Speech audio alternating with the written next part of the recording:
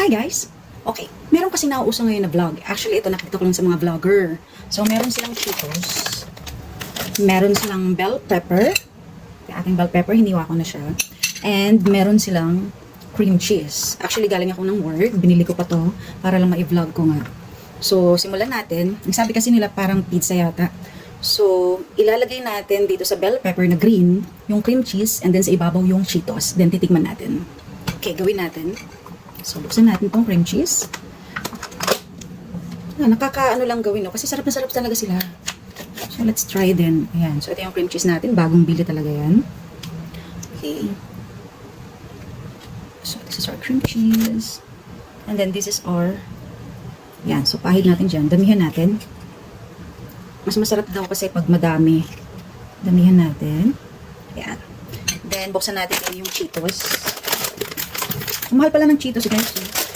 Kasi sobrang masarap. Ayan. Tumama natin. Sarap.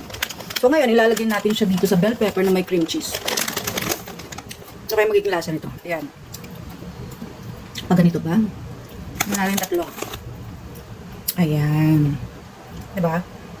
Then, lagyan pa natin ng cream cheese ulit. Sa ibabaw, kung babagsak. Ayan. Of course, makakain ko muna ito. Cheetos pa rin. Then ito, kainin na natin ng isang bunga. Tingnan natin yung lasa. Ka?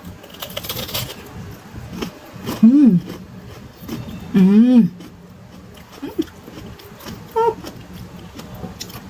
Sarap niya. Parang nga siyang pizza. Creamy na pizza.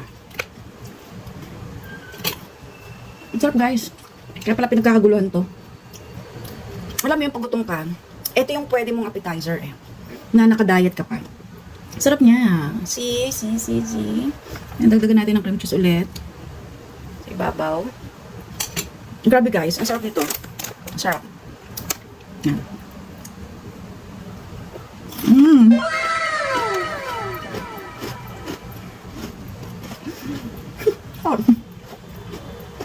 Grabe. Try pa tayo ng isa. Total gutom ako. Yan na lang ng cream cheese. Damihan natin. Actually, hindi ko siya maliliit. Doon sa mga nakikita ko sa vlog, isang buo talaga yung bell pepper. Nanilagyan sa loob ng cream cheese and then Cheetos. Kaya lang gusto ko parang bite size. Siniwa ko siyang ganito. Try nyo rin. Kakaiba siya, guys. Kakaiba yung lasa niya.